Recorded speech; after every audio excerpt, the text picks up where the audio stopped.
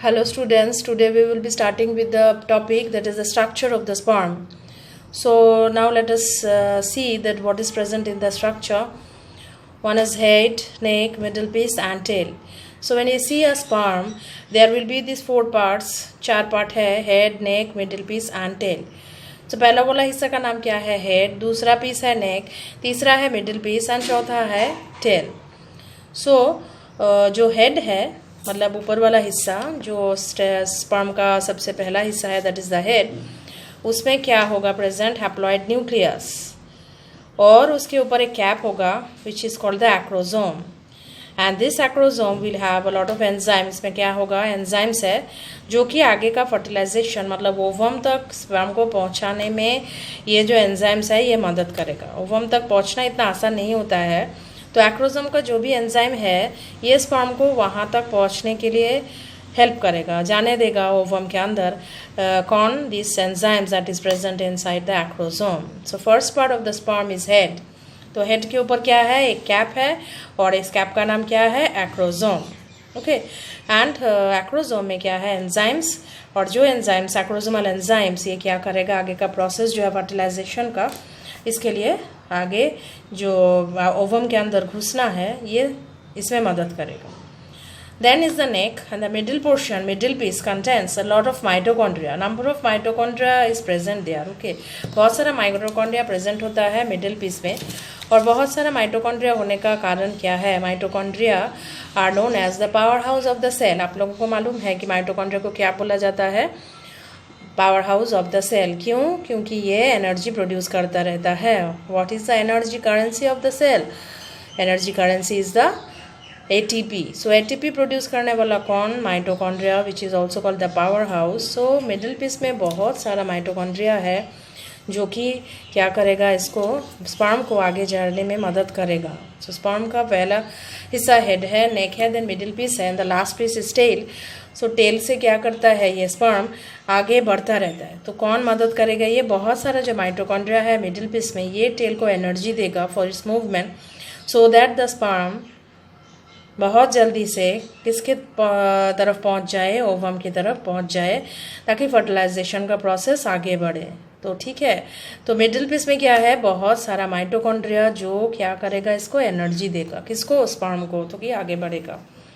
सो पार ejaculation में जब सीमेन निकलता है तब about 200 to 300 sperms are ejaculated at the time of the release of the sperms. कितना 200 to 300 मिलियन स्पर्म्स इजैकुलेशन होता है इसमें जिसमें से 60% का नॉर्मल बिहेवियर देखा जाता है एंड 40% पूरा है क्या स्पर्म का 100% से 40% पूरा विगरस मूवमेंट दिखाता है. स्पर्म्स का जो 40% है ये बहुत ज़्यादा मूवमेंट दिखाता है. विगरस मूवमेंट मतलब बहुत फास्ट मूवमेंट. तो 60% तो नॉर्मल शेप साइज का है एंड 40% का जो स्पर्म है ये विगरस मूवमेंट दिखाता है.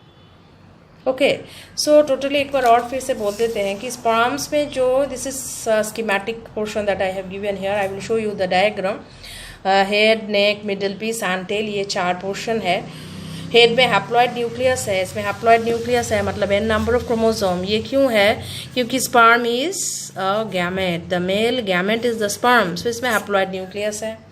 ऊपर वाला हिस्से में कवर किया है that is called the cap is also called the acrosome which contains the enzymes. Enzymes किस काम के लिए ताकि फर्टिलाइजेशन का प्रोसेस आगे बढ़ सके और ओवम तक ये स्पर्म पहुंच सके. इसके लिए एंजाइम चाहिए होगा क्योंकि ओवम का वॉल काफ़ी हार्ड है तो इसको पेनिट्रेट करना इतना ईजी नहीं है. वो बाद में पढ़ेंगे हम लोग. मिडिल लेयर्स जो मिडिल का पार्ट जो है उसमें बहुत सारा माइटोकॉन्ड्रिया है किसके लिए ताकि एनर्जी मिल जाए स्पर्म को आगे बढ़ने के लिए. स्पीड मिल जाएगा मूवमेंट मिल जाएगा स्पर्म को. ठीक है एंड एट पर ejaculation how many sperms are release about 200 to 300 million sperms are ejaculated at once and above that this 200 and million sperm means quite a lot but ovum is only one.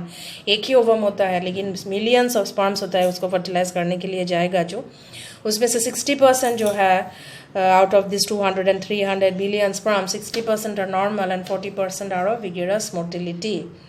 So this is very important ratio 60-40 ऐसा ratio होना चाहिए. इसमें से कोई भी अगर mismatch है ये रेशियो ठीक नहीं है 30 70 जैसा कुछ होगा तो फर्टिलिटी फैक्टर पूरा कम हो जाएगा। ये रेशियो मेंटेन होना है ताकि जो फर्टिलाइजेशन का प्रोसेस है ये आगे बढ़ सके, नहीं तो male will be considered as infertile. क्योंकि इनफर्टाइल क्यों होगा? क्योंकि स्पर्म का जो परसेंटेज है, रेशियो, ये ठीक नहीं है। इसके हिसाब से भी इनफर्टिलिटी को देखा जा सकता है। तो अभी मैं आप लोगों को ड्राइंग के बारे में बोलूँगी। जो ड्राइंग है that I will tell you. So इस ड्राइंग में आप लोगों को देखने को मिलेगा क्या कि इसमें हेड है एंड पूरा बाहरी हिस्सा जो है, अभी मैं ड्राइंग दिखाने का कोशिश कर रही हूँ आप लोगों को। जो बुक में है ये ड्राइंग जो है इसके साथ हम लोग मैच करेंगे।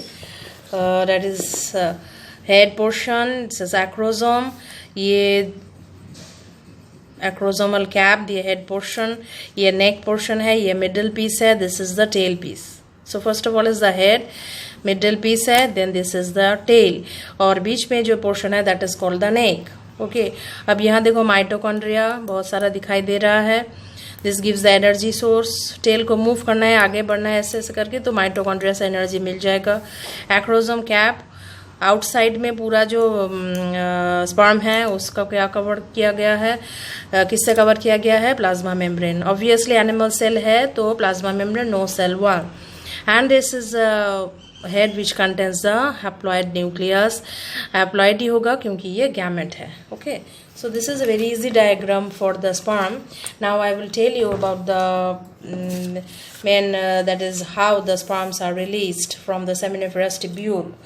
अब सेमिनिफेरस टिब्यूल जो है, मैंने बोला था पहले कि सेमिनिफेरस टिब्यूल का अंदर की तरफ इनर वॉल में मेल जर्म सेल्स है एंड उसके साथ साथ सर्टोली सेल्स है। Male germ cells are the producer of the sperms. यहाँ से स्पर्म प्रोड्यूस होगा तो जाएगा कहाँ? Sperms are produced and they from the seminiferous tubule they are transported by the accessory ducts. Accessory ducts से वो बाहर जाने का कोशिश करेगा। सो कौन?